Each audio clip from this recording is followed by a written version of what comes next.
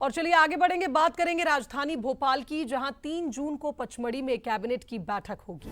राजा भभूत सिंह के सम्मान में ये बैठक पचमढ़ी में आयोजित की जा रही है।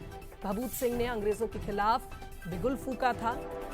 1857 की क्रांति के नायक रहे भभूत सिंह को समर्पित ये बैठक होगी और इसीलिए इसको पचमढ़ी में आयोजित किया जाएगा। कोरकू और गोंड जनजाति के लोगों से चर्चा होगी। नर्मदा घाटी के शिवाजी राजा भभूत को कहा जाता है, जिनको समर्पित ये आउटडोर कैबिनेट बैठक पचमढ़ी में आयोजित की जाएगी। चलिए हमारे साथ न्यूज हेड शरद द्विवेदी जी इस खबर पर जुड़ रहे हैं, उनका रुख कर लेते हैं। शरद जी, राजा भभूत सिंह जिन्हें नर्मदा घाटी के शिवाजी के रूप में जाना जाता है, उन्हीं को समर्पित कैबिनेट की आउटडोर मीटिंग। बिल्कुल, और एक अनसंग हीरोज जो कहलाते हैं शुभांगी जी, जिनकी गाथाएं हम तक नहीं पहुंच पाती हैं किन्हीं किन्हीं कारणों से, मध्य प्रदेश सरकार का ये एक सराहनीय प्रयास है कि ऐसे ही एक आदिवासियों के लोकप्रिय अनसंग हीरो जो थे, जिनका नाम आदिवासी अंचल में, नर्मदांचल में तो लोग जानते हैं, लेकिन पूरा मध्य प्रदेश उससे वाकिफ नहीं है। राजा भभूत सिंह एक ऐसे परिवार से थे जिनकी परंपरा थी अंग्रेजों से लोहा लेना। इनके जो दादा हैं वो भी पेशवा के साथ अंग्रेजों के खिलाफ लड़ते रहे जी। और 1857 की लड़ाई के संघर्ष में खुलकर राजा भभूत सिंह जो जागीरदार थे, इन्होंने खुलकर वहां पर अभियान छेड़ा।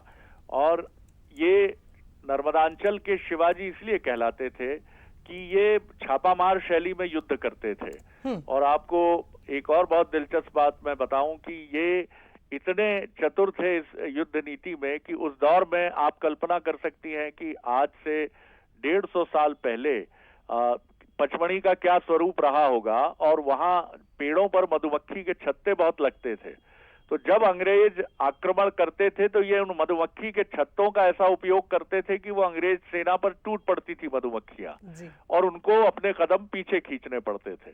तो ये इस तरह की एक शख्सियत रही है।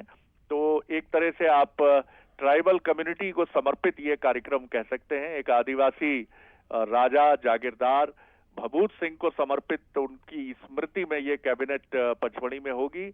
और कोरकू और गोंड जनजाति के लोगों का एक कार्यक्रम भी वहां आयोजित होगा। तो एक अच्छी पहल है कि आप एक कैबिनेट ऐसे किरदार की, ऐसी शख्सियत के नाम कर रहे हैं, क्योंकि इनको बाद में अंग्रेजों ने गिरफ्तार कर लिया था। और 60 के आसपास, 1860 के आसपास ऐसा माना जाता है कि इनको या फांसी दी गई थी या गोलियों से छलनी कर दिया गया था जबलपुर में। जी बिल्कुल। और शरद जी, एक अच्छी पहल, सराहनीय पहल इसलिए भी कहेंगे क्योंकि जैसा आपने कहा कि ये वो अनसंग हीरो है जिन्होंने अंग्रेजों की नाक में दम कर दिया था 1857 में विद्रोह के दौरान। और अब ऐसे में ये कहा जाए कि न सिर्फ हम बल्कि प्रदेश भर में उनकी ख्याति एक बार फिर बढ़ेगी जब आदिवासी जागीरदार राजा भभूत सिंह के नाम से जाने जाने वाले इस क्षेत्र में ये बड़ी बैठक होगी बीजेपी की। बहुत शुक्रिया आपका तमाम बातचीत के लिए। तो कौन है राजा भभूत सिंह, ये आपको बताया हमने। और शरद जी भी जैसा जिक्र कर रहे थे कि आदिवासी जागीरदार राजा भभूत सिंह के नाम से जाने जाते थे। और 1857 के विद्रोह में जैसा कि बताया जा रहा है कि अंग्रेजों की नाक में इन्होंने दम कर दिया था। जो इनकी युद्ध नीति थी, काफी कुशल थे ये। भभूति सिंह को नर्मदा क्षेत्र का वीर सपूत माना जाता है और उनकी पूजा तक की जाती है। कारण ये है कि स्वतंत्रता संग्राम के दौरान जिस तरह से उनकी भूमिका रही, और स्वतंत्रता संग्राम सेनानी तात्या टोपे के सहयोगी भी ये रह चुके हैं। अंग्रेजों ने मिलिट्री पुलिस और मद्रास इन्फेंट्री को भेजा था।